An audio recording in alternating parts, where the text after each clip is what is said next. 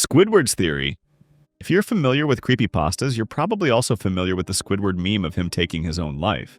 But how did it start? The terrifying meme started in the dark corners of the internet.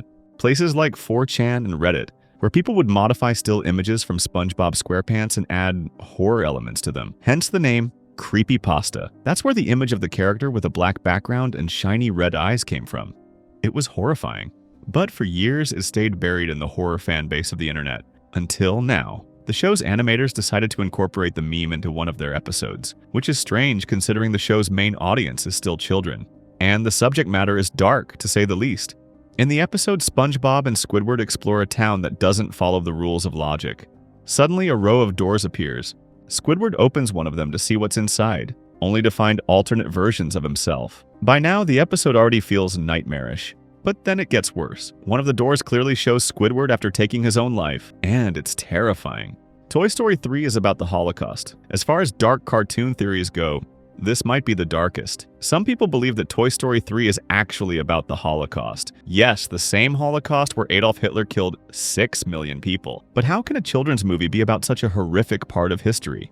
It starts with a speech. Woody gives one at the beginning of the film, and it's almost identical to one from The Pianist, an award-winning Holocaust drama by Roman Polanski. Then all the toys decide to hide in the attic. It's a chilling reference to Anne Frank, a Jewish girl who hid in an attic to escape Nazi soldiers. After that, the toys are crammed into a box and sent away to a daycare center. It mirrors the trains that took people to the concentration camps. You could argue that a daycare center isn't a death camp. But in the movie, it's not a happy place either. The children abuse the toys, tear them apart, leave them behind, and once they're too damaged, they get sent down the waste chute. Some fans say this represents the gas chambers. The similarities stack up, and they're too many to be called a coincidence. Mr. Krabs rescued Pearl from the hunters. Everyone who's watched SpongeBob SquarePants has asked the same question. How can a crab be the father of a whale? The show never explains it. No backstory, no mention of a mother. Just Mr. Krabs and Pearl. But there's a theory. One that feels a little too real to ignore. It begins years before the show starts, out at sea, somewhere between the ocean floor and the surface, where fishing boats pass silently overhead. That's where it happened. Pearl's mother, a full-grown whale, was caught by hunters. Some say she was harpooned, others say she got tangled in fishing nets and didn't make it. But one thing is certain. Mr. Krabs found Pearl, a baby, alone, crying, and he made a choice. No, baby. No more crying. We'll get you a date, the show once whispered. A strange line until you remember this theory. From that day forward, he raised her as his own. Not because he had to, but because no one else would. And if you look closely, the guilt is still there. He's terrified of fishing hooks. Warned SpongeBob and Patrick to stay away. Not once, but over and over again. His fear isn't cartoonish, it's lived in. And then there's the money. Mr. Krabs is greedy, obsessed with saving every last cent, except when it comes to Pearl. When she asks, he hands it over without question. Maybe out of love, or maybe out of guilt, for the mother he couldn't save. It's never confirmed, but it doesn't need to be, because once you hear it, you never watch the show the same way again. I said it, the Smurfs are anti-Semitic and racist. Most people remember the Smurfs as a cute cartoon. Blue creatures, white hats, happy songs. But one man saw something else. His name is Antoine Bueno, a professor in Paris. He wrote a book. In it, he says the Smurfs are hiding something dark. He believes the show is anti-Semitic and even racist. At first it sounds crazy, then it starts to make sense. In the show, the Smurfs live under one leader, Papa Smurf. No one questions him. They don't vote. They don't leave the village. They all eat together, follow rules, and stay in line. Bueno says this looks like a political dictatorship, like communist Russia.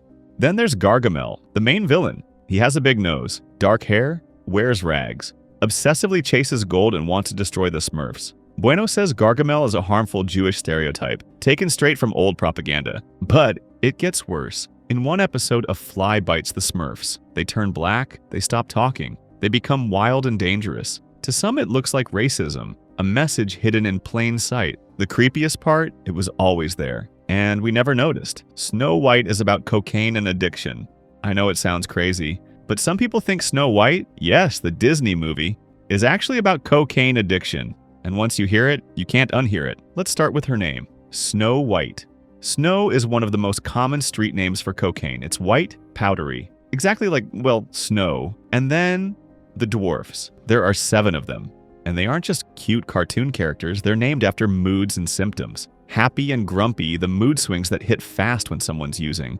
Dopey, the high, the floating, hazy, out of it kind of feeling. Sneezy because cocaine is snorted, and yeah, it makes you sneeze. Sleepy, the crash. After the high wears off, there's nothing left but exhaustion. Each name matches a stage of the cycle, one by one. And then there's the ending. Snow White falls into a deep, unshakable sleep. Some say it's magic. Others say it looks a lot like an overdose. No one at Disney has ever said anything. But if this theory is true, it changes everything.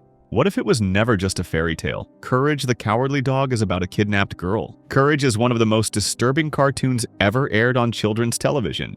A talking dog, creepy villains, a farmhouse in the middle of nowhere. But what if it's not fiction? There's a theory that Courage the Cowardly Dog isn't about a dog at all. It's about a kidnapped child. Think about it. Courage lives with an old couple, isolated from the rest of the world. He's terrified of everyone who comes near the house.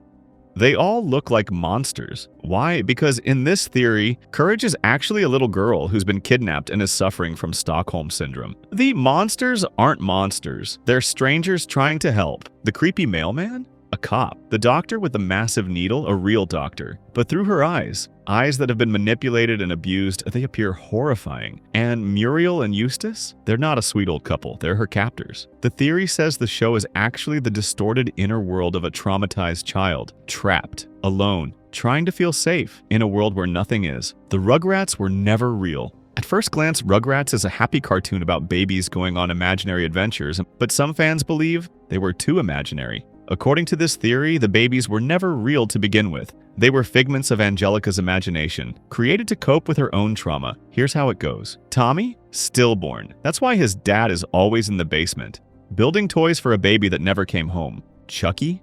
Died in a car crash with his mom. That's why his dad is always anxious, overprotective, and depressed. The twins, Phil and Lil? There was only one baby, but it was aborted. And since Angelica never found out the gender, she imagined both. Angelica made them up to cope with the reality around her. Neglect, confusion, loneliness. She gave them names, voices, adventures, but none of it was real. The only real baby? Dill, Tommy's brother, who Angelica couldn't control.